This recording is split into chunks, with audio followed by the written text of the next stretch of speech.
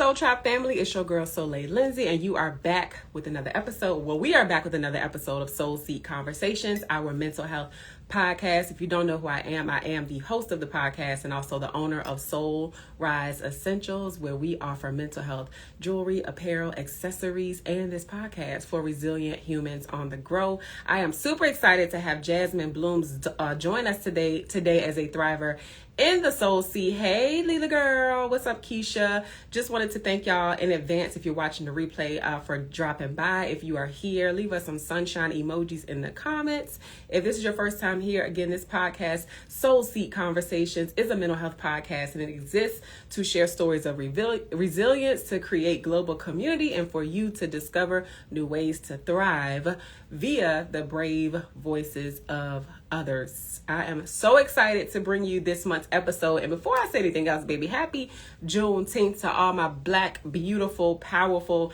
resilient people. Today is our day, and it's a lot of people confused as to why jobs and banks and all these things are closed. Some jobs anyway. I would just say there to you that hello, Chapters LLC. Hi, Miss Tanya. Nice to see ya. It's not always our job if you don't want it to be your job to educate nobody today. My only job today was to exist, be colorful and free, honey. I literally just got back in the house, got rained out at a Juneteenth event, but it was a beautiful event, and I received so many compliments. And actually, like, people were really, really sweet. So many compliments because of my dress. And I was just sitting there minding my business, and this beautiful white lady walked up to me and she said, "Can I take a picture of you?" I'm thinking she gonna use like her phone or something. She said, "No, I need your camera. Yes, I'm a photographer, but I'm just out here with my kids. Let me take your camera and take a picture of you." I was like, "Oh my gosh, thank you." Got that. I got some free food. I got a free lineup after I took my son to the barbershop today. There was something else. I received the last cup of ice cream available at the Ruby Scoops food truck today at the event we were at. Happy Juneteenth, honey. It's been a great day for me. I ain't educating nobody today. Okay, go Google it. All right. It was a beautiful day. I got to spend time with my man, my son. Cheers to that. So, y'all, also, happy Men's Mental Health Awareness Month. Now, this month, we do have a beautiful Black woman joining the podcast, but I did want to have a guy, but he's coming. But this story also will speak to men's mental health. So I'm very excited to share that. Shout out to all my brothers. It don't matter what color you are, honey. The whole rainbow, for taking care of your mental health, acknowledging it, and for turning over a new leaf if that's what you need to do to accept the brain that you have to manage, aka your mental health, to accept that if that's where you are on your journey. And if you're on a journey where you need to develop your mental health journey a little bit more, then we are wishing more wellness and more acceptance and more resources into your life. We love y'all. Shout out to all of our men out there. Also, next month, July, will mark our 4-year anniversary with Soul Rise Essentials, and we are very excited. For year 3, we had an in-person celebration event, and we did live shopping, and we celebrated with music, with food, with fresh pressed juices, a couple of relevant wellness vendors that like align with our brand. We had Chanel the DJ. We had all of our Soul Tribe family. A lot of y'all showed up. We had exclusive merch. We had speakers, my whole business team, from the attorney to the insurance person to my mindset coach to my business coach. They were all there. And so we are going to be doing another event in person if you missed that one this year in a few months. So stay tuned. If you're not signed up on our email and text message list, definitely get on there. Join the VIP Soul Tribe family so you'll be the first person to hear about it and get an invite. It's going to be dope. So yes, our anniversary is in July, but the actual event will more than likely probably be in August or September. So y'all stay tuned for that. We got some hot stuff about to drop for 4 years. It ain't easy, but I'm still here. Lord have mercy. Cheers to that. I'm so excited. I believe those are all of my announcements. Oh, I'm wearing, even though Instagram has me flipped backwards, by the time you see this on YouTube, it'll be the right way. Excuse me. Shout out to my loved affirmation necklace. Y'all know I've been wearing this for a very, very long time. They come in, all of our affirmation necklaces come in gold, rose gold, and silver. I love rose gold. Hypoallergenic, tarnish free, waterproof. Go get you one. We have Resilient and Soul Tribe as well. Okay. And then I'm wearing our brand new Shining a Light on Mental Health t-shirt. It's unisex, available in sizes small to extra large. Go get yours. You can shop at soulriseessentials.com. Also, if you know a male in your life who is a dad, go cop him a Essential Dad t-shirt. I don't have them with me, but you can go to the website, SOLRISE essentials.com, and get him an Essential Dad t-shirt and show him how appreciated and how essential we believe he is in this community, in his child's life, and in the world with one of those t-shirts. Okay? Those are all the announcements, honey, I believe. Okay, wait, maybe one more. Trigger warning. Sensitive topics are discussed on this podcast. We are not treating or diagnosing. It's just thrivers and humans sharing their lived experience. That's it. It's to encourage you, to inspire you, but this is not any advice. Although we do have professionals come on, they are taking that hat off and putting on their human suit, child. Okay. We're simply humans sharing our lived experiences. No medical or professional advice is being given.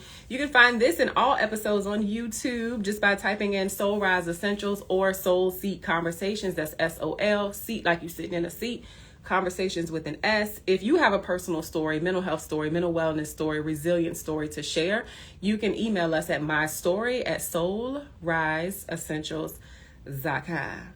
Okay? Now that's it for real. Y'all, let's welcome Jasmine into the Soul Seat.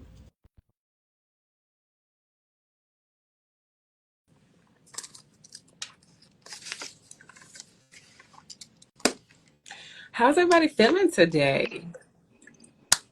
Hey, beautiful. Hey. Can you see me? I can see you. Girl, we finally made it. There have been so many roadblocks, I feel. Honey. Barely hear you, though. Like, I can hear you just fine until you accepted me, and now you sound muffled. Okay, go out and then come back. Will do. Okay. Y'all, I'm going to switch this podcast over to another streaming service somewhere because Instagram don't like me sometimes, and I just don't understand. But we resilient. We going to bounce back. Bigger, better, and stronger. Let me send this to some people. Boom, bam, so we can get our friend back on the page.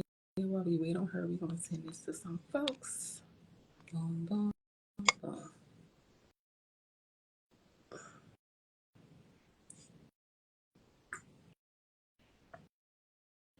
Hi, Culene. Nice to meet you. Thanks for joining the Soul Tribe family. Proud family. Oh, okay. Y'all didn't ask me this thing. Y'all like stick to the podcast. So look. Noted. Noted. Y'all, I went to the Juneteenth event. It was really beautiful. It got rained out, and I swear all the traffic, because everybody from the event had to leave, was so backed up that I was not thinking I was going to make it home in time. But I did make it. The single mom life is crazy. I had to go tell my son, sit down and don't be loud while I'm on this podcast. So we hope that that's what it does. Can you hear me now, love? Okay. Is that better? A little bit. Okay, yes. Let's rock with it. Yes. Okay, this is much better. Yay! Thank you for joining me. Thank you for getting through all the roadblocks that we had individually and collectively to get on the podcast. But welcome to the Soul Seat, my love. How you feeling? I'm okay. Y'all probably just gonna catch my head right now because I am I moved. I finally got out of my apartment and I am approaching home ownership. So I am currently in between places, and trying to find a spot in this house that doesn't have boxes in the background has been difficult. But I'm here and I'm ready to get into it. Yes, I'm proud of you. Congratulations. Yes, love. Yes. Well, for everyone who does not know you, I know who you are. Your name is Jasmine, but please introduce yourself to everybody on the podcast who may not know who you are. My name is Jasmine. My performative name is Jasmine Blooms. I am a poet. I am a community advocate, domestic violence awareness advocate. I'm a model. I am a mother. I'm an event coordinator. I currently run Food for Thought Events, LLC. And so I'm learning to be a of all trades, just wherever I fit in and can contribute to some type of void that I see. I want to try and contribute within my community. Yes, I love it. So I do have a question I want to ask you, but before I ask you that one, what are your thoughts on all the things that you do, like being referred to a Renaissance woman, how I like to refer to you as? What is your opinion on being seen trying something new? It's a matter of being brave.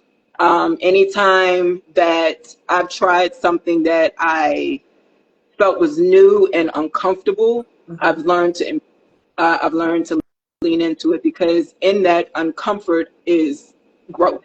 So Yeah, I've learned to just embrace it. Like, this is new for me, but I'm also a student. I listen to those who are around me who may know more than me and take heed to what they're saying. I do my research.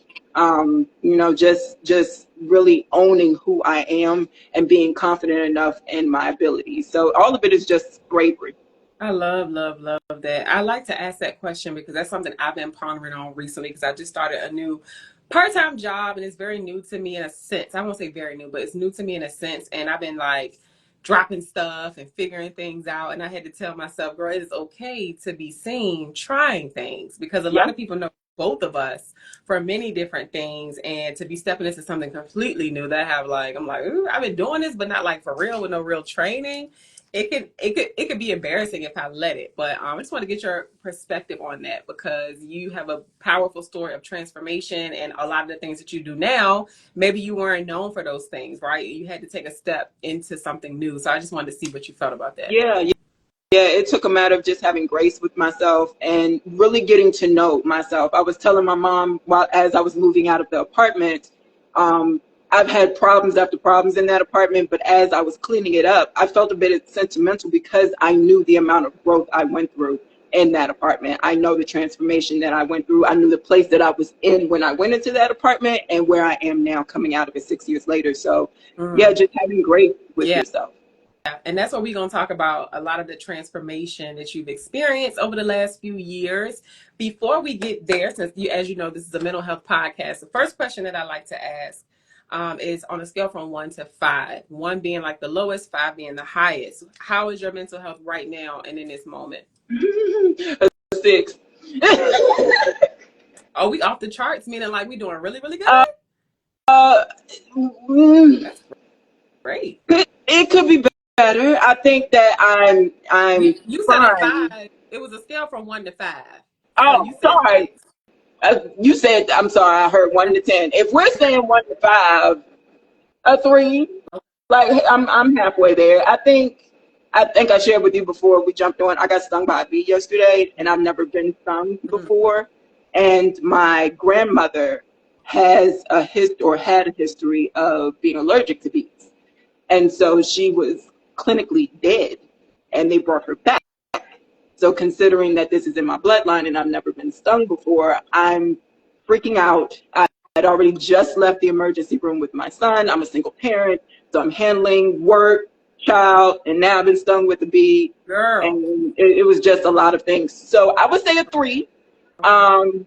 because it could be worse, but I'm definitely looking forward to getting this pain out of my arm, because this is a new sensation. I don't like how it Yeah. feels right now. But Yeah. Well, thank you again for being here with us. I know that you made a commitment, but you also have another commitment you need to tend to, honey, all the things that happen at once. So just please accept my gratitude. And I'm sorry that that has happened. yeah. Well, having said that, the next segment is us doing a mindful moment, which is some box breathing, aka square breathing, mindful breathing. We're going to do that. The way that I do it on the podcast is very simple, and it'll probably help you out right now with where you at, and me, because I just transitioned from something else to going into the podcast. So I like to do this to slow things down a bit, to recenter us, also before we get into the conversation. So it really just envision a box. So what we do here, we just breathe in for 4 seconds. We hold it for 4 seconds. We release for 4 seconds. The last part is you're supposed to wait for 4 seconds to go back in, but we're not going to do that. We're going to breathe for 4, hold for 4, release for 4. And we're going to do that 4 times.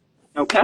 So just sit very still as you can, and we're just going to close our eyes, and I'm going to count us into it. 3, 2, 1. Inhale. 4 and hold. 2, 3, 4, release.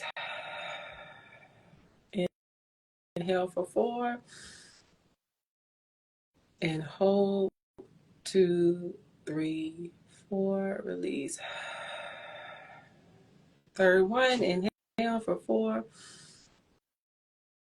and hold. 2, 3, 4, release.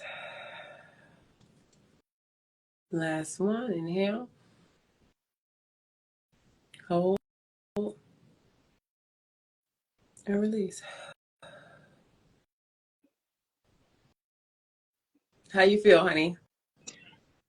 I feel good. It's a bit reminiscent of, I never heard of box breathing before until my son was diagnosed with ADD. And his therapist at the time would do the box breathing with him. So I'm grateful that we started it off with that. Yes, it is so helpful. It's been a lifesaver for me, to be honest, especially in these quick moments where it's like so much you have to do, Yeah. so much at you, so much you didn't expect. And that right there is so easy, free, and accessible. So I love to do that. And I've had people hit me up and be like, yo, I learned how to box breathe on your podcast. It's been saving my life. I'm like, wow, that's actually amazing. So thank you for doing that. It grounds you for sure. Yes, let's get into it, girl. Jasmine Blooms, who are you? Where'd you grow up? How was your childhood? Who was little Jasmine? Little Jasmine grew up in Jackson Ward. I'm born and raised here in Richmond. Wait, say that for people that are not from here. Where is Jackson Ward? Where is Richmond? Sorry. Jackson Ward is it considered downtown area? Like, I grew up on St. James Street. Yeah, and considered the projects. Yeah. Yes. Yeah, it was the hood when I grew up here. Like, it's crazy. My grandpa used to hang out at the corner store around the corner from where I lived. And I always thought like he was just hanging out with his partners or whatever. But as I grew older, I found out like my grandpa was a gangster. And nobody really messed with us in our neighborhood because, you know, considering all the stuff that was going on, nobody really came to our door. We were protected by my grandpa. So, yeah, a lot of people don't know I'm from Richmond because my mother grew up is from Danville, Virginia, and I moved there when I was 12. But Richmond is home for me. I would come back during the summer vacations and spend time here and visit family and friends. So this has always been home for me. And I left for 20 years and came back and just felt fully embraced. Yeah, and what a difference I feel probably, because I've never actually been there, I just heard stories. Danville probably was versus Jackson Ward. Was that very different? Very much so. Very much so. You know, I grew up in Jackson Ward, then moved to the south side off of Hull Street, more of a suburban area with my grandmother and my aunt. And then at 12, moved to Danville. So it's going from city to country.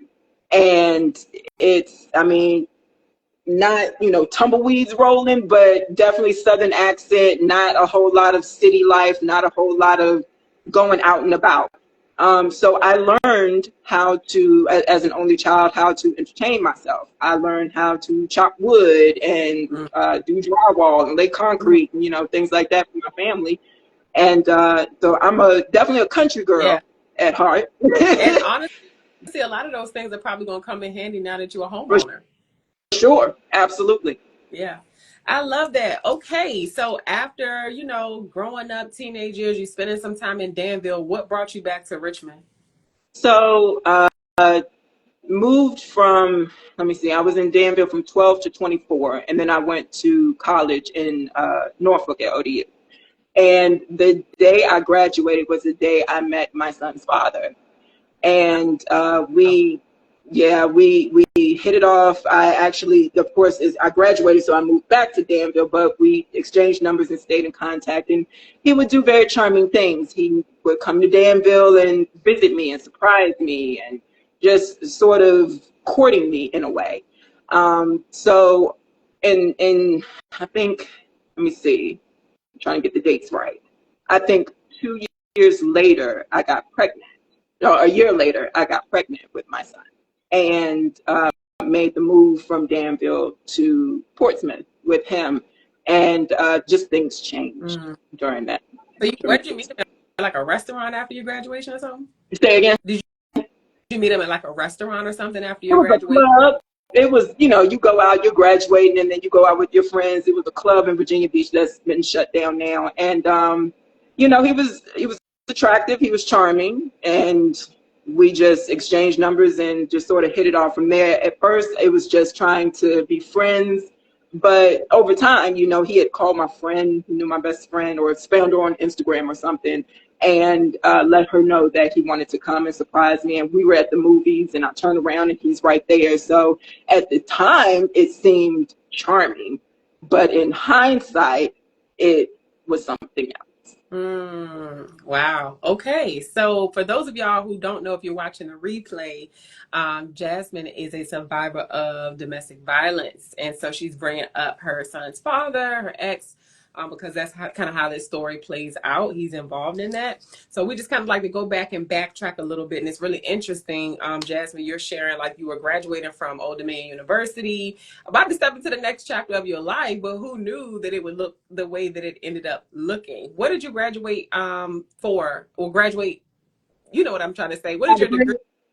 Communication. So I wanted to be a journalist. I always was a writer. I would journal when I was a child. I would write poems. My mother recently found some poems bound together that I made in elementary school that she still held on to. So I was always a poet. I was always a writer. So this ain't nothing new for you. Like poetry didn't just come out of the woodwork. You went to school for communications, and you were a little young poet. Yes. Yeah. Interesting. Tried to be. Do people know that? Do you share that part of your story? No, not often. I don't think a lot of people do know that. I think they saw me in the open mic scene, and then they sort of connected with certain poems based on whether it was in a sexual content or whether it was from domestic violence. They could sort of relate to it. But my growth has happened here. But as far as writing, that's always wow. That is not something that I knew, and you should tell that more often, because I love to see how dots start to connect and then how God just like weaves our lives, and then it all just starts to make sense. You went to school for communications, and then your mom found like the old poetry that because some people from the outside looking in, I know of you, right? And I see that you went through what you went through, and then you're coming out of it, healing through it, helping other people, finding your voice quite literally, and using poetry to do that. I thought it was just like a means of healing for you. We're like, no, you've been doing this. Really, it kind of just it resurfaced, to be honest. Yeah, it was honestly, it resurfaced in this way because it was, again, that apartment did a lot of healing for me. I found in that apartment, what did I need to do? What brought me joy as a child? That was a question that I asked myself and asked other people, like, what brought you joy as a child? Because that childlike wonder somehow plays into your adulthood. And, say again? It really does. It does. It does. And so that's where it stemmed from. Just I was still writing when I was with his father, but it was a different level of it once I moved here. It was a means of healing and tapping into my little girl self. That was a bar that you just dropped. Like anybody listening to this or that knows someone that's going through something and you're like stuck in a rut, maybe you can't afford therapy, whatever it is, you don't know which way to turn. The first question you could ask yourself is what, Jasmine? Find that childlike self. What brought you joy as a child? Yeah, that's so good because it ended up playing a part in your healing journey. Yeah. I absolutely love that. So talk to me about these other signs that you saw that now in hindsight, you look back, you like, because I want people listening to be like, oh, because I hear a lot of people, especially women, since I'm a woman, I'm in community with women, and I'm like, oh, that ain't cute, actually. I don't want my man to be me. I hear people say that all the time. I want my man to be obsessed, not me. Yeah. So what signs, like things like that, because other women, maybe younger, even older than us, may need to hear. Yeah. I mean, I say that, you don't know what abuse looks like if you've never been through it. So I think that sign of him popping up, it seemed very cute at the time, but it was just a means of, I know where to find you. I can find you through your friends. I can find you through your family. You can't escape me. And that started to show later in the relationship. Also, just really secretive with, we're social media age, so very secretive with his phone, texting and things like that. I did go through his phone and found some text to not only some people that he knew, but also seemingly prostitutes, like people that he was finding online. And it was disturbing because when I confronted him with it, his reaction was, well, I saw you texting somebody, this, that, and the other, without the backstory of these have been friends of mine for years. These are people that I've known that we've never had that intimate reaction with. But instead of you holding yourself accountable, you choose to make shots at me. And because I want everything to be okay, I just accept it. I apologize. I start making myself small. And I speak about gaslighting and coercive control quite a bit because I did not know this language before. It's more of a household name now, due to our politics and certain nature of our world. But at the time, I didn't know this language. So I feel like a lot of people who deem themselves independent like I did, I was like, this can't happen to me. It can, because it's done in a way that's very subtle that will break you down over time. And it just builds, it builds, and it builds. You think, oh my gosh, okay, I'll just dismiss that. That was just a little moment. Maybe he or she is having a bad day. Right. And you've built that love, you're building that love and that connection and that bond over time. So that is so strengthened that when these other things happen, so much time has gone past, it gives you leeway to just excuse it and give the benefit of the doubt a little bit more. Absolutely. And one thing that you mentioned too, I can't remember if you said this in your introduction, but first of all, honey, first of all, a couple things I want to say. This new chapter that you're stepping into now, even though you're in transition on Juneteenth, didn't you leave your relationship or something like that on Juneteenth? Something? I left the relationship March 19th of 2019. What happened on Juneteenth recently? Like, you shared something, a connection to this. I just said, that it was this is my own form of freedom. Oh. And so I was saying Independence Day. I think that's what you're referring to. Okay. Within the domestic violence survivors, there's something that we call a personal independence day. And that is the day that you left that relationship for good. Domestic violence victims usually take on average about 7 attempts to leave a domestic violence relationship. It took me 6 attempts. And several things had happened. I'd been knocked out in a parking lot. I'd had my child taken from me. I'd had people turned against me. And I still did try to salvage the relationship for many reasons. Wanting to have a 2-parent household. Neither one of us had that. Wanting to have a father figure in the home. But over time, speaking to Men's Mental Health Awareness Month, I realized that me trying to keep this broken man in the home with the attempts to raise this child is going to further break my child. I cannot raise him in this environment and think that it's going to be helpful. So that's the Independence Day is the day that you left the relationship, and that was on March 19th of 2019. Got it. And how fitting it is that you're sharing that day on this day. I got it. I'm making the connection now. I also wanted to say how fitting it is and ironic it is that you're in another place of transition today in the space that you're in this home that you're in, moving into your new home. And so I hope you are taking time, even in the midst of all the work, the moving, your son, getting stung by a bee, a podcast, all the things. I hope you're pausing to just celebrate those small wins, because I know how busy life can get as a single parent. Okay, we're in this thing together. I used to see you driving in the morning, us both taking our kids to daycare, you going to work, I'm going to work. Maybe we in the trenches together. Okay, we are thriving and surviving together. It's a mix of the two. Yeah, okay? We're not gonna be stuck in survival mode, but we thrive. And some days we thrive, and some days we survive. And so I just hope that you are pausing when and if you can, even if it's on the way to the ER, child, or patient first, to celebrate yourself. Today was a day of rest. I think a lot of people did hit me up and like, what are you getting into today? Honey, my phone was on D&D. I didn't see anything until 1 o'clock this afternoon because I was sleeping off and on. I don't know if it was from the effects of the bee sting or whether I was just actually mentally and physically exhausted. But today was a day of rest, and that to me is all the celebration that I need. Yeah, come on. That's it right there. Yes. Love that for you. The other thing I wanted to mention is I wasn't sure that you said this in your introduction, honey, but you not only found your voice, but you are using that not only in your poetry and on the stage, at the slams, all of that, but you are advocating in the political space. So talk to us more about that. Yes. So my experience with my child's father was already very frightening, but what felt even more frightening is when you're told to or encouraged to go to the law and the law does not protect you. So my experience at the court district at the time was very negligent. Did not take proper notation. Things were getting lost in transition, and they saw things that my partner at the time was doing, but they did everything to protect themselves. There's something called a recusal. So that means that the judge will remove themselves from a case if they feel like they may have some type of tie to someone in the case or whatever.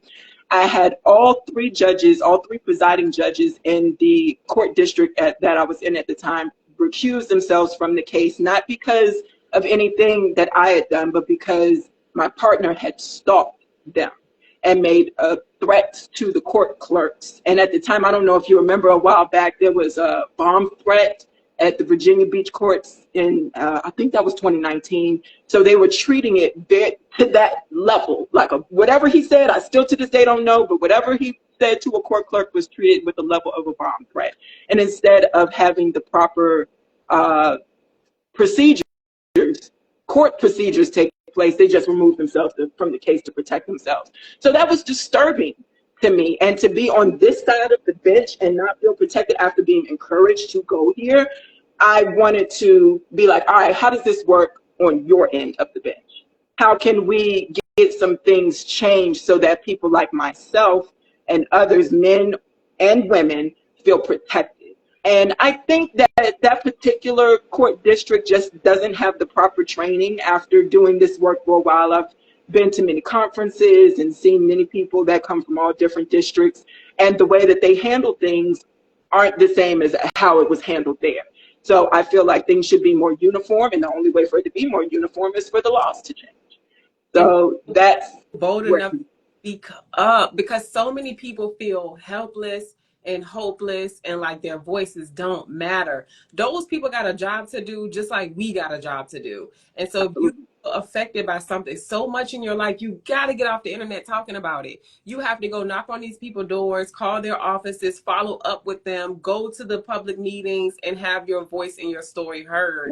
And I know you're going to keep doing the work, and I know there's going to be change because, like you said, you've gone to different areas and different districts and you've seen, okay, it's not everybody. But here, maybe it's a little outdated. Maybe they understand, but we got to go in and put our feet down to see what's really going on. People love to talk about, and I'm going off on a tangent real quick, what the church ain't doing to help people. How you know you ain't been there in 20 years? You don't know right. How you know what how you talking about what Richmond doing when you looking at something happening in Detroit or California? It's not the same. You know what I mean? Oh, you got to do the work. You got to do the research and do the work. And I mean, it's not easy by any means, but if you feel that passionately about it, then it doesn't feel like work. It feels like you're doing, getting in good trouble. You know, you're getting into some good stuff, you know, because you're making changes not only for yourself, but for your children and for the people around you. And for other people who really probably can't use their voice for whatever reason. Absolutely. You know, so I do what I do because I know everybody ain't gonna do it, and I know it's my calling. Yes. You know, you do what you do because it's your calling, and everybody can't do it. Some people don't want to do it. They got a different calling. Maybe they're supposed to be the best janitor the school system ever seen in their life. Them floors are sparkling when our kids are walking. Well, that's your job. That's your calling. You know what I mean? So love that for you. I can't wait to see what else comes about because of your advocacy, and I love your disposition. People automatically, when they think about Black single moms, rah-rah, bare feet, pregnant again, one on this hip, that one walking around with a soggy diaper. Baby, we out here with boots on the ground, doing our work, healing from relationships, healing from our baby daddies, as y'all want to call them, healing. Still take, you know what I'm saying? Like, it's so much work. And so I love when I get to share stories of other Black single moms doing their work, doing work for the community, and still trying not to pass on our own personal burdens and generational curses to our child. Baby, we is tired, but some way we figure this shit out. We do. And it's not easy by any means, but I wouldn't trade it for anything in the world, because I feel like I never had intentions of being a parent, but I am now.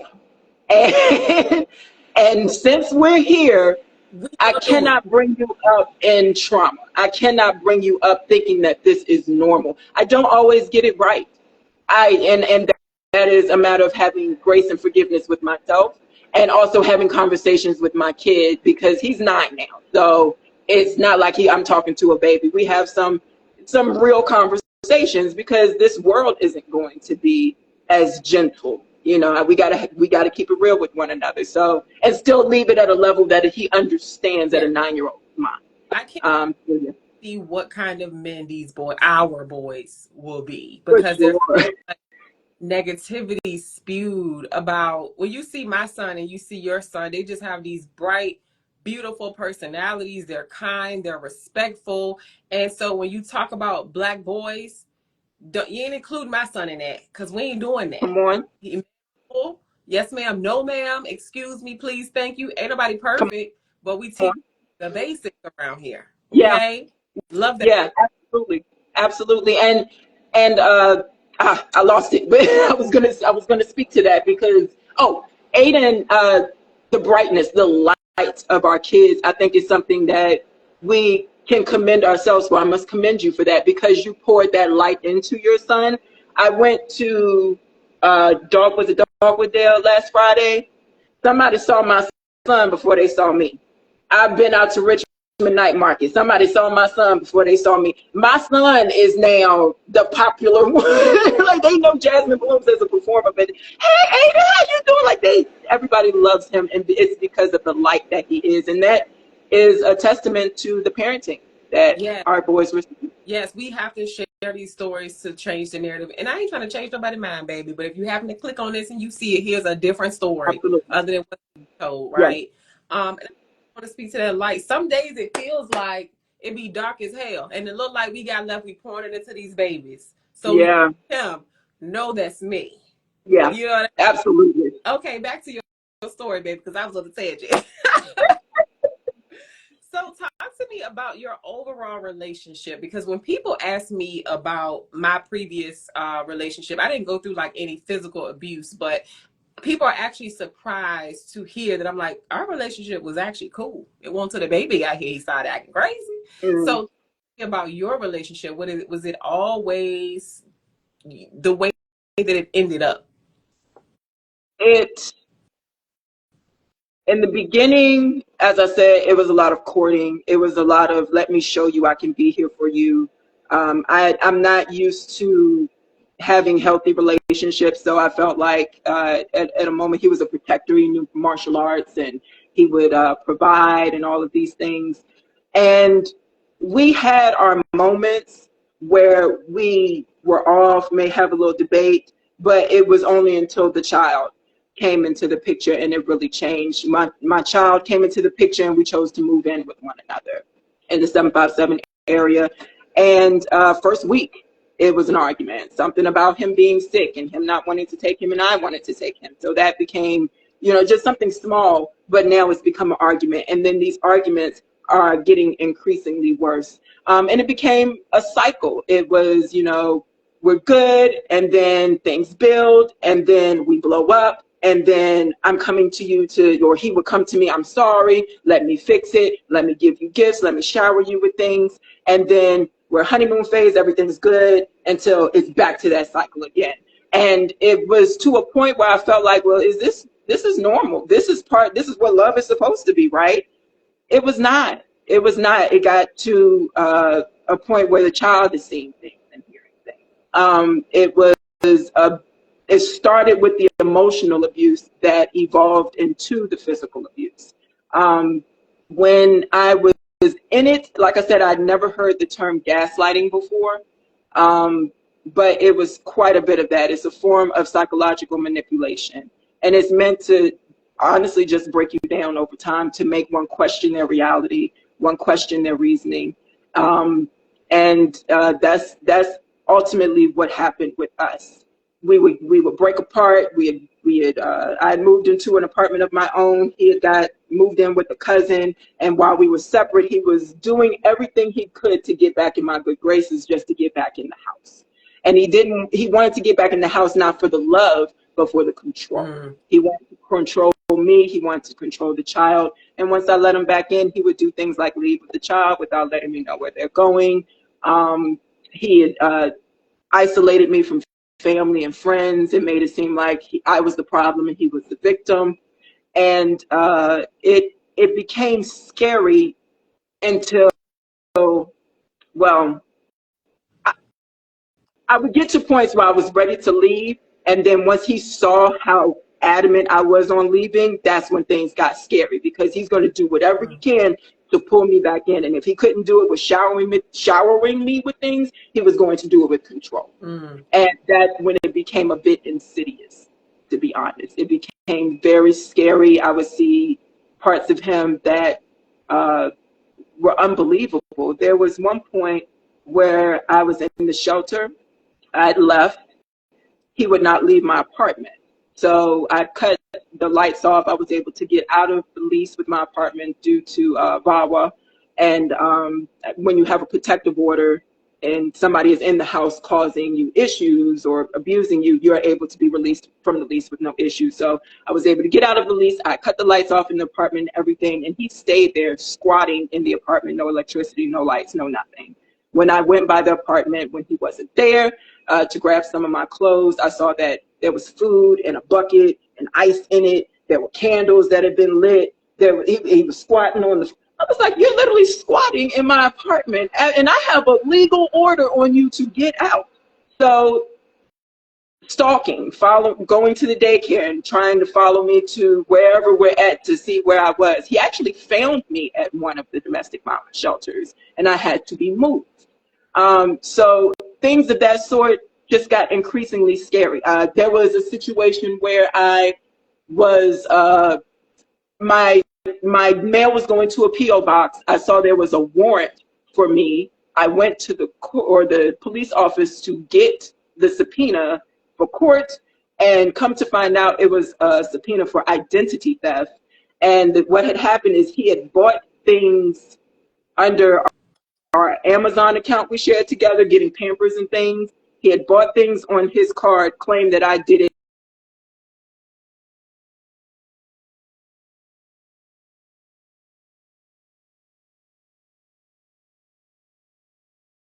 Behavior to go that far, to cause issues within my life, to cause a disruption in my life.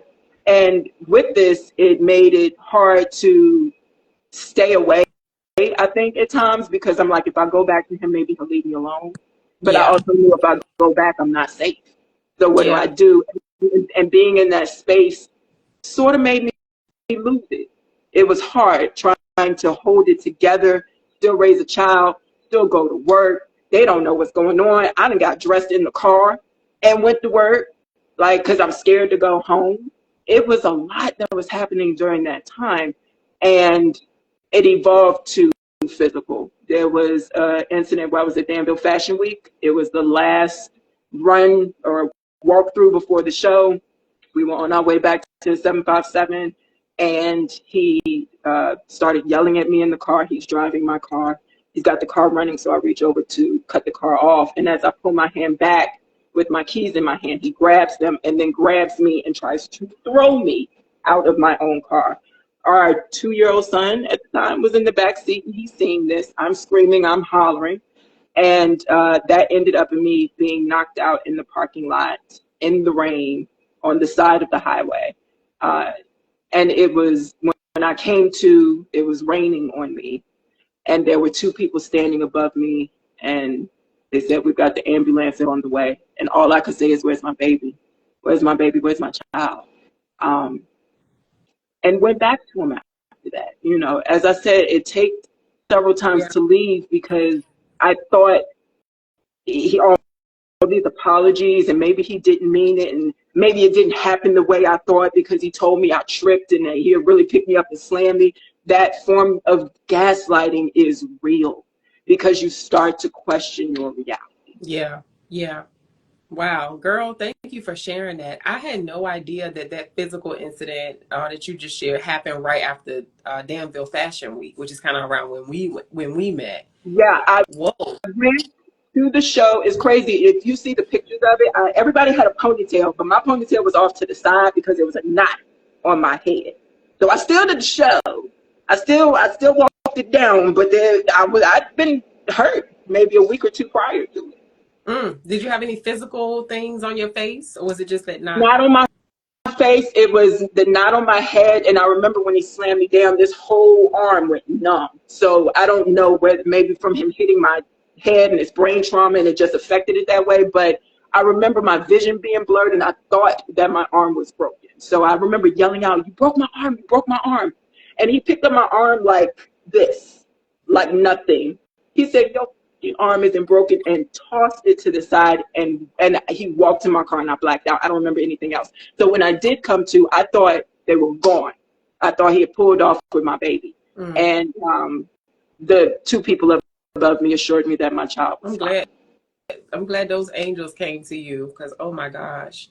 Yeah. I had something I wanted to ask you. Do you know anything about in terms of what you're sharing because it relates to another person who's a male and we talked about it being Men's Mental Health Month. What do you know about his past that you feel is something that may be relevant to this behavior? Was not raised in the best conditions. Mother who was highly passive aggressive and made it easy to not hold him accountable for actions. The home wasn't always the best environment. I do know that he went to a juvenile detention at one point. So and also he was quite secretive about things that went on in his past. So a lot of this wasn't divulged until after I left. But again, and I just talked to a friend, my best friend, about this. You go through these things in your childhood, and we understand that it affects you, but it's a choice to stay there. You don't have to stay here. You have to know that something that you're doing is wrong. If your child is not around you, if your family doesn't deal with you, you've got to evaluate yourself and see, okay, what do I need to do to change? But if you're comfortable being in that space, stay there. But I'm not going to stay here with you. How for younger women and just women in general, but I really, really want younger girls, younger women to get this. How important do you think it is to know things like someone's upbringing and their past and being sent to jail or juvenile detention or how they were raised? What do you have to say about that? Crucial. Ask these questions.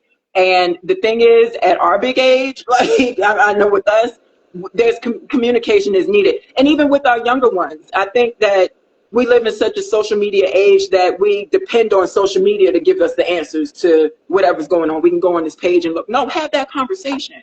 Men and women, have that conversation with each other. And if you communicate effectively, you can know what's going on in each other's past. And instead of using it as a weapon against them, let's figure out a way that we can grow together in this space. Yes, I know that you struggle with shutting down. What can I do that won't make you shut down? What can we do together so that we can properly communicate with one another? It's crucial. It is detrimental to any relationship, and that can be within a physical, emotional, and intimate relationship. That can be within your family and friends. It is crucial to communicate. You cannot set things. You cannot take things for granted. Take people for granted. Yes, thank you for sharing that. I think it's crucial as well. I think it's crucial to not only ask questions, but to pay attention because there's some things you are just observing. You can observe how people answer questions. People always say the easiest way to find out if somebody's lying to you is to pay attention to their baseline. I don't know, you're Adam and Eve, right? I'm paying attention to your body. We just exist and we talking, right? Then you get into a situation where somebody lying about something. Let's say me and you are in the same room and you stole something before the teacher came in, and then the teacher came in and said, "Where my stuff at?" And you lied. I saw Jasmine do it, and now she lying. Let me look at Jasmine's body language, how she's sitting, how she reacting, how she looking, how she breathing. Now I know your baseline when your ass is lying. Okay. Yeah. So fast forward. Now I'm like, I asked you something. I don't know if Jasmine lied to me or not, but if you behaving the same way you was behaving about that cup that you took from that teacher or whatever it was, you lying. So paying attention to body language, because some people may not tell the truth. You can ask all the questions till you blue in the face. People don't have to tell the truth. They should. They don't do it for whatever reason. asking questions, Yeah. communicating, like you said, and learning more from my dating history. I realized like learning more about people's family structures, Mm-hmm. because that can say a lot. Mm-hmm. You know, how were you raised? Who was you raised by? Where was you raised at? You know, what that household was like. Because we repeat all that stuff, how we communicate, all of that. When I get upset, I'm communicating how I was shown to communicate when I was younger. For I start yelling, I get sure. mad, I'll have my way, you Yeah. know. But also too, it was something you had said I wanted to speak to. Learning about that person, asking questions. Oh, and if you do hear things that raise a red flag or raise your eyebrows, sometimes it's okay to be like, you know what, I don't know, we compatible. Like you hear these things, the answers to the questions, you find out things, but as you go into the relationship, you like, we just ain't aligned. I think that might be that's probably one of my standards. I don't want to date someone who's been to jail. If that's your thing, right, then okay, we can go our separate ways, you know what I mean? Mm-hmm. So sometimes it may not be a thing where you like, okay, I know that you shut down when you start feeling a certain kind of way. How can I help you? Sometimes it may not be that. Sometimes you might just be like, all right, this ain't gonna work for me and my personality. So I Mm-hmm. just want to share that too. The key word there is align. I've been in that space for the past, I would say, year now. Is alignment is key, and that helps gauge discernment to know who to deal with, who not to deal with, how to deal with them, if at all. Um, Yeah. Alignment is key, and I've found that once I'm in line with myself, everything around me falls into place, and it's not an effort. It's not a trying to make it work or having to play games or tricks to make it work. Go to some. If it's supposed to be, it will be. Whatever's meant for me will be, and what won't moves to the side. Yeah. And sometimes it will hurt, but you don't realize how necessary that person moving out of your life makes room for somebody who is more in line with your life. Yes. Um, Yes. to your point, as far as the parents, I think that I, I think in the past when I've dated men, they did not have healthy relationships with their mother, and that reflected on how they treated me. And so now when I speak with anybody, if I entertain anybody, it's key that you have to have a good relationship with your mother, your sister, whomever. Like at least make the attempt and try, because that trickles over into how you treat the woman that you love, that you care about. So Yes. And I think it's important to note too that like people are just trying to have their needs met, and the most evil people, this is my personal opinion, there's always a origin story. You gotta, there's mhm, always an origin story. Like these super villains felt lonely, or their mama left them in the sandbox, or you know what I'm mhm, saying. So personally, I think these origin stories are so important because it gives you information that you yeah, can use. And even if you do stay in an unhealthy relationship for whatever amount of time, for whatever reason, you can look back and be like, you know what, there was that one thing, you know what I'm saying? right, So asking those questions, spending enough time to see, are we aligned, and um paying attention to the unspoken things too. And like you said, if yeah, somebody a little too secretive about their past, then that you have to choose if you're gonna stay or move. There's a fork in the road. What we gonna do? absolutely, absolutely. Yeah. So you and I also did some work together with RVA Fashion Week, and I'm bringing that up because I know that you shared about like that big incident with you and your ex at Danville Fashion Week. I remember, and I don't know if you remember this, but we were backstage. A lot of people don't know that I was a director and like model coach at RVA Fashion Week for a couple of years, more than a couple of years actually. And Jasmine was one of my beautiful models that I met, I chose, I helped coach, and Mhm. we were backstage. And I think my son was born by this time. I think I had him. But somebody was out in the front holding my son. We were in the back kicking it, girls getting their hair done. We just waiting around, y'all waiting to put your clothes on, your different looks. And there was a conversation at the time about R. Kelly. And the girls were sharing their opinions about this. And it got a little heated and not too crazy, but people had perspectives. And Mhm. I remember you sitting in that corner, you were watching something on your phone. I had no idea that you were going through this physical situation, this domestically violent situation. I had no idea that part of your story.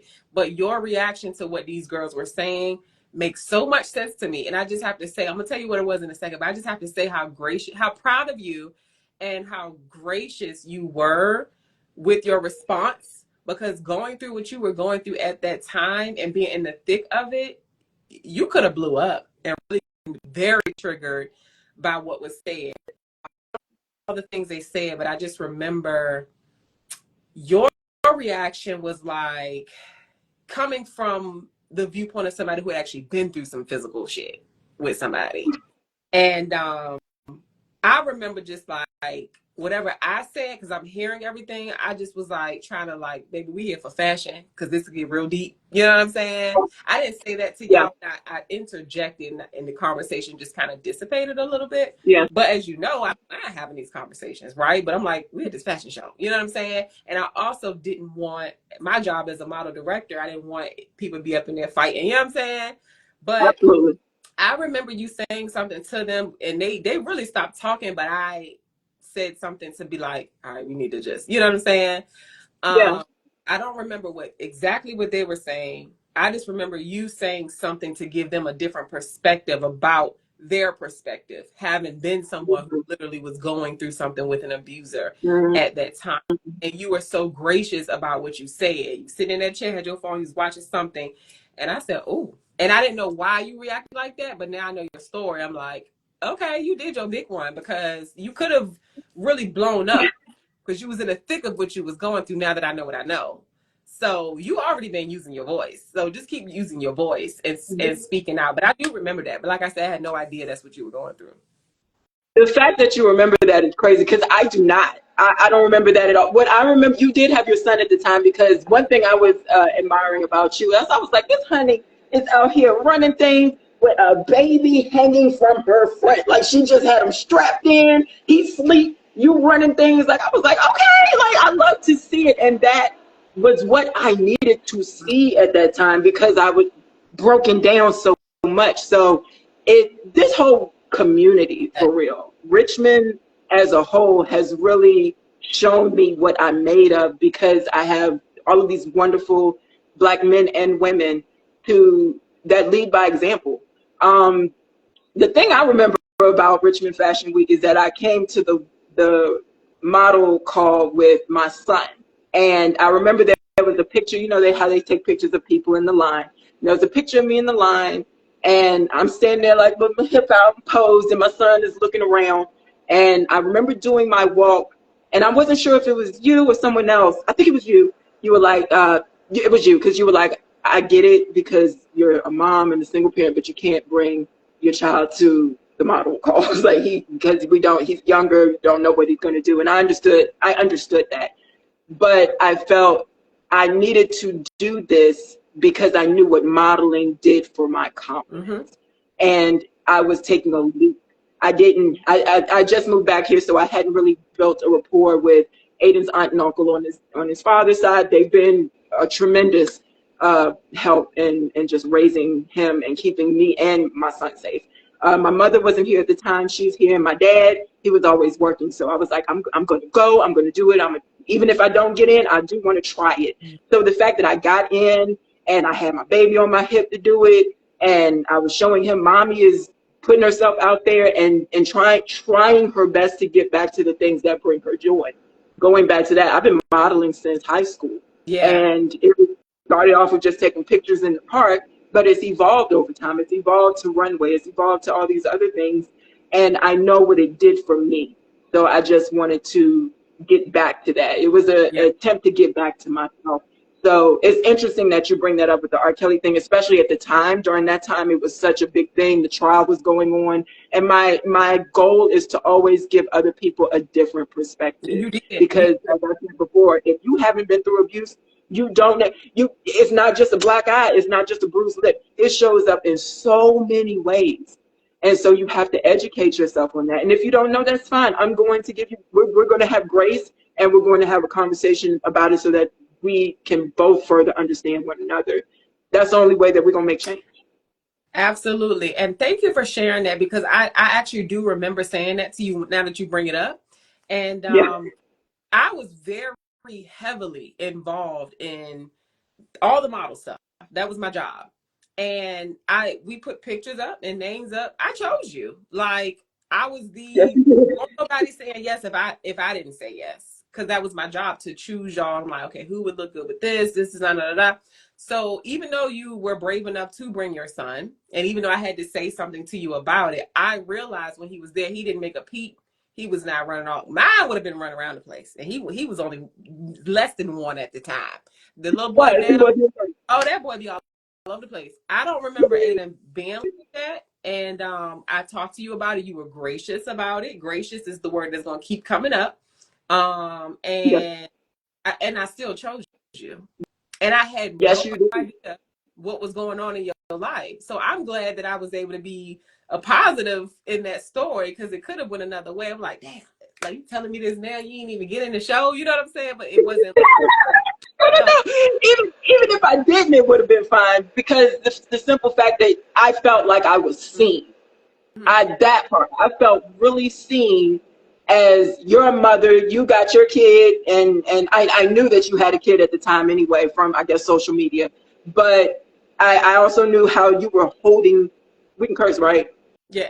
You were holding shit down. So it was, again, it was beautiful to see, and to be seen in return was, I think, another thing that you helped me with as far as my growth. Oh, I, And I think I shared it online, my whole story online. I think it was through the Grow Foundation. I think it was a year after it happened, um, a year after the Richmond Fashion Week. And I remember you commented under it then. You were like, I had no clue that you were going through that during that time. And I mean, I just try my best not to. I do have some sense of keeping certain things to myself, because you never know how those will be weaponized against you. I think that just came from the relationship, mm-hmm. but also it's certain things that need to be talked about, Yes, God. because you don't know who needs to hear it. Your story has, I feel like, because you left your relationship what year? You said it earlier. 2019. Yeah. My son was born 2019. That show Mm-hmm. was 2019, the one that we're talking about. Mm-hmm. That was all new for you. Like, I'm just so blown away. Like, anytime I see anything related to you online, I'm just like, girl, because it takes so long, if ever, for women and men who go through this to find their voice and like really Mm-hmm. use it at the level, like, this is your calling. This what you're supposed to be doing, because Yeah. it's unfolding in such a progressive way. Like, that's not a long time frame, and I don't know everything that you've even been doing. I just know what you just shared online. So, like, advocating in the way that you do, you got a whole fashion show called Scars coming up this October Yeah. to advocate and bring awareness and change to this whole domestic violence thing that we're seeing. That is huge. That is Yeah. Yeah. And that fashion show is a 6-year long dream. I left in 2019, it's 2025. As we were going through the whole court thing, my mother would go with me. I would go to Danville, pick her up, drive back to the 7-5, and we would just sometimes hang out until our next, whatever court case it was that day. And one day we were at Ocean View Park waiting for a court case to start. And I looked at my mother and I said, I want to have a fashion show, but I want the models to be survivors of domestic that's violence. amazing. And the way my mother's face lit up let me know, oh, you got something. Like, girl, you got something. Like, my mother was like, you don't hear that. When I do events, I want to do things that will have thought-provoking conversation and have never been done before, or at least not commonly done. So the way that my mother's face lit up let me know, okay, this is a good idea. This is a good thing. And to see it come to fruition 6 years later is a testament to the fact that I'm somehow on the right path. You are on the So right path. You are absolutely on the right path. So I'm just proud of you and just want to commend you. And you always have my support, even if it's a phone call, like we talked about when you first started doing Scars. I'm like, look, I can't do all the things, but I can do what I can do. You know what I'm saying? So I'm always going to be here just in solidarity as a woman, a Black woman, a mom, a single Black mom, a fellow model, muse, whatever, because I ain't no model no more, whatever. Been there, done that. I don't know if I'm doing it no more. But anyway, just, you know what I'm saying? Like just honoring who you are, where you've been. I don't need to know the whole full story. We got stories for days. Which one you want to hear? But I just honor your humanity, Yeah. your resilience, period. So Thank you. proud of you. Yeah. Thank you. And that resonates. I feel the same towards you. You just don't know how much of a part you played in me being this Jasmine Blooms. So Wow. always looking to grow. And I may not always say things, but I see things, being observant, as you said. And when you observe people doing God's work and moving in their own power, That's you it. that can't be taught. That Yeah. can't be taught. Yes. I love that. And I thank you. First of all, that brings me so much joy. And you keep doing what you're doing because people watching, baby. Whether it's in real life, whether it's on the internet, they are watching. And there are so many people, when I share parts of my journey, it makes people so uncomfortable when I'm not happy and jolly. I'm like, baby, ain't none of us happy and jolly all the time. It's Yeah. not all love and light. Sometimes I gotta step into my shadow, Bookie. But when I share those moments, there are always, I swear, almost always for years, people in my inbox like, oh my God, thank you for sharing that. I'm going through the same thing. That's what I said earlier. Our calling is our calling for a reason. They at work. Yeah. They at work. They ain't got time to be I mean, I'm not saying I got no job. I'm just saying like they when they life, they don't have a mouthpiece. They don't feel Yeah. comfortable posting stuff on Facebook, Instagram, TikTok, whatever it is. They want to be in the Yeah. but they Yeah. glad that Jasmine talking. They glad that Soliel talking. They glad the podcast on because they can log in and just creep and watch and share and get off. Yeah. That's their part that they play and be supportive. Yeah. But they reach out to me all the time like, thank you. People see you. And we Yeah. don't do it for the applause. Like you said, it's God's work. We're sharing these stories. People can free themselves. Yeah. We walk in power so people can see that and feel that. I had no idea you felt like that about me walking around my baby. And I forgot about the conversation. You forgot about the conversation we had, but people are always watching. You never know how you Yeah. impact people. So continue to walk in your power because you're giving someone else, whether it's DV related or not, permission to walk in their freaking power. So Absolutely. doing it. Absolutely. Yeah. If you have a lot of people don't have maybe the emotion or the language to describe the emotion. And I think that's where my poetry comes in, the power of poetry. And not just me, in general. I feel like if you can step away from something that you've heard and be like, okay, now I have a better understanding of myself. And it's nothing like that. Just it goes back to me really understanding the term gaslighting. Once I knew what it was and I had a language, that was like, okay, it's not me. It was mind blowing. It's like, this is not me. There's language. This is a thing. Okay, what can I do to further understand it so that I can heal myself? And in the process, I'm healing others. So you continue doing God's work as well. And I've always tuned in to these. I would catch them whenever I can. So to be on it is just an honor, for real. Thank you, girl. I have more questions for you. How because I always wondered this, shout out to Safe Harbor and other organizations in Richmond. I just had to shout that out in case somebody needed that as a resource. But I wonder when I think about DV survivors in those homes, what gives you after being stalked, after having judges remove themselves from your case, like knowing that a person is so far off the ledge to do what they will do just to get back at you. How do you get to a point in your life where you feel comfortable coming on a podcast, going on a stage? How are you so brave to do that? Started breaking up. How do I feel comfortable about what? You broke up at the last part. How do you feel so comfortable being on a podcast, sharing your story, going to the meetings and advocating and the conferences and going on stage and sharing your poetry, your story? How do you get to that point? Because people, I know I'd probably be scared, child. The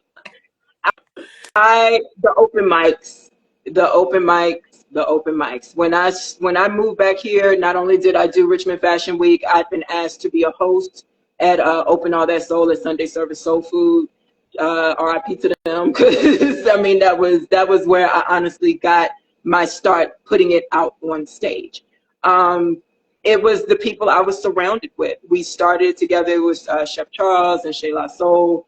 Madison and Rod owned the building at the time, or managed the building at the time, and they trusted me to host an open mic. That first open mic, nobody was there. It was like 3 people, and I'm nervous, and I really don't know how to work a crowd and things like that. But the open mics were so gracious because they still paid their $10 or $5. They still watched me stumble. They still said what they liked, but then said, you know, this is what could be better, and that shaped everything. There was when we finally had one of our bigger shows, it was a great turnout.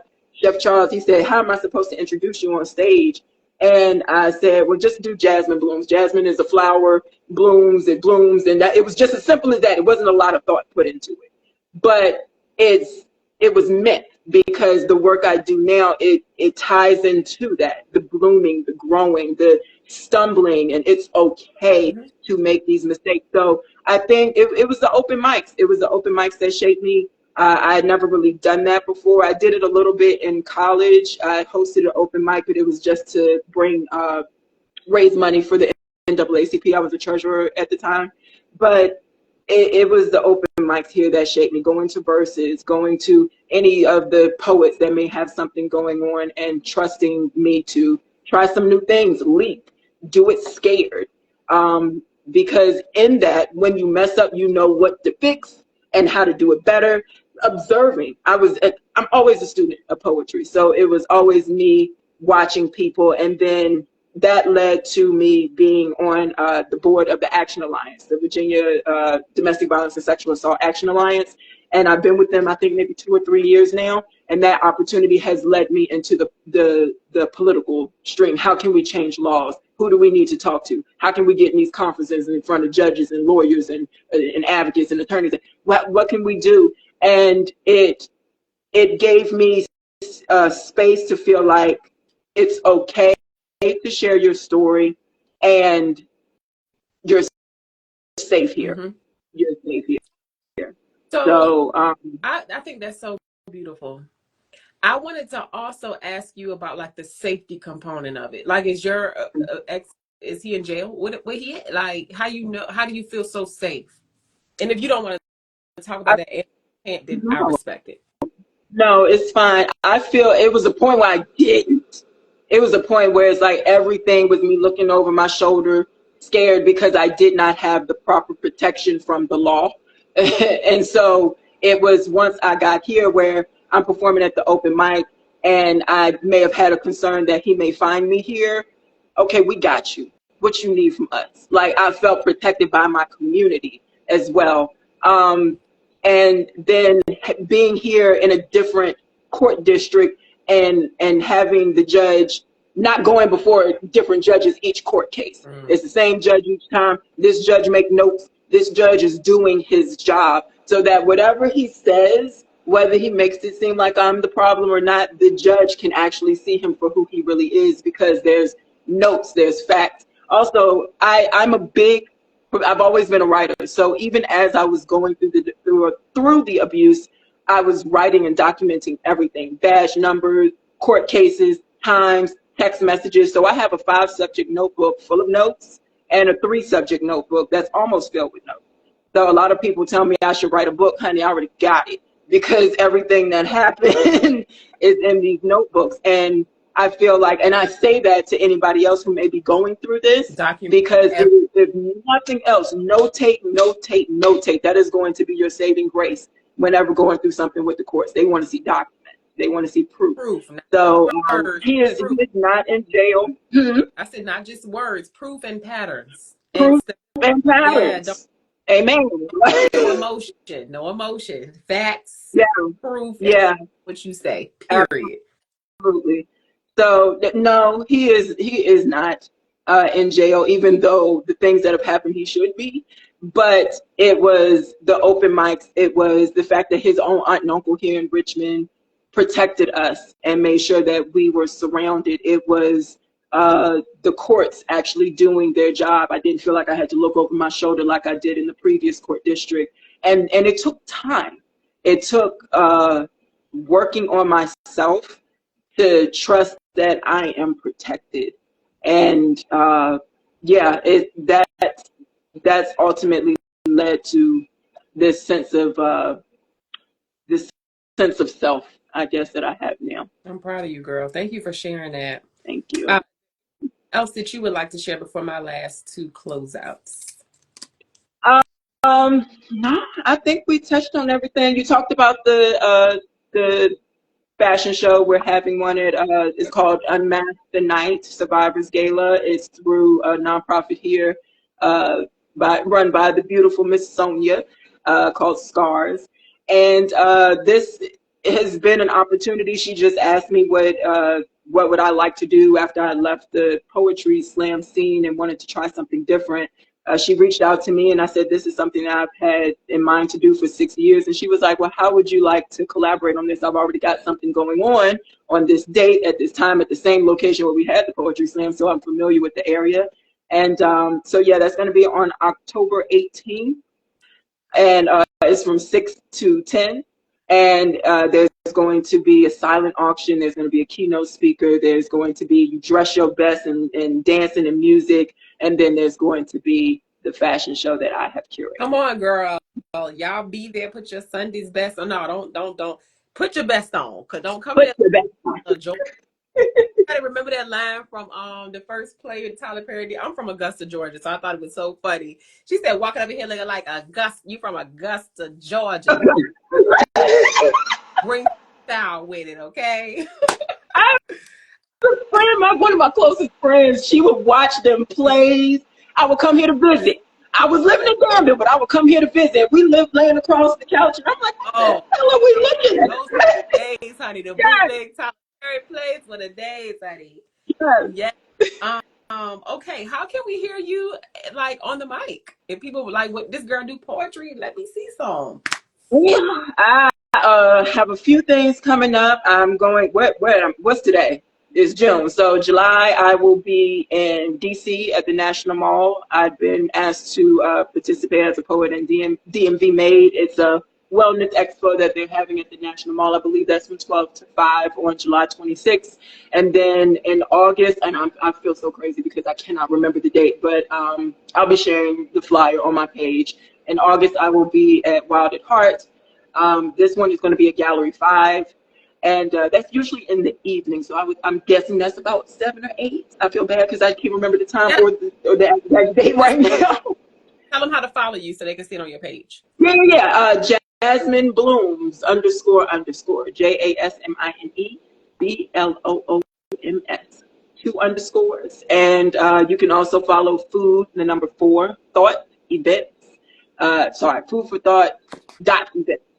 That's what it is. So anything that I have coming up, I'm running on those 2 pages.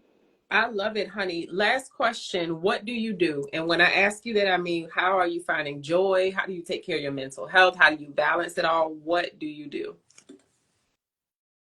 Boundaries, knowing my boundaries, meditation, daily meditation. And I say the same mantra every morning.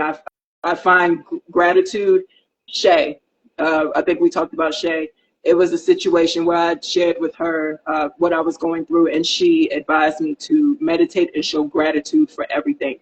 So I showed gratitude for a roof over my head because I knew what it was like being homeless. I knew what it was like sleeping in my car. I was grateful to have hot water. I'm grateful to have this, that, and other, working car, a job to go to.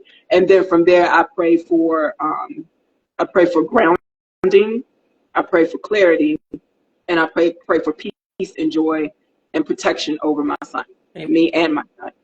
So I think creating anything that you strive to do, whether it's memorizing a poem or doing anything, doing acting, whatever it is, you have to practice it. And that also includes your mental health.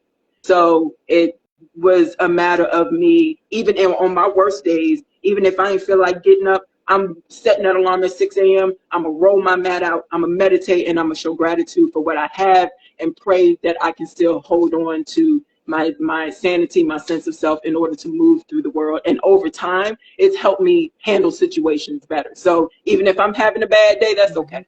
That's okay. I know how to deal with it in a way that I can still make my point known, still without having to be rude, and still, keep a sense of calm about myself. Yes, God. So that is a practice. It is a choice, and it is a practice. Yes. Thank you so much for appearing on my podcast, Soul Seek. Yeah, thank you for having me. Yes, this has been episode 45 with Jasmine Blooms for our mental health podcast, Soul Seek Conversations.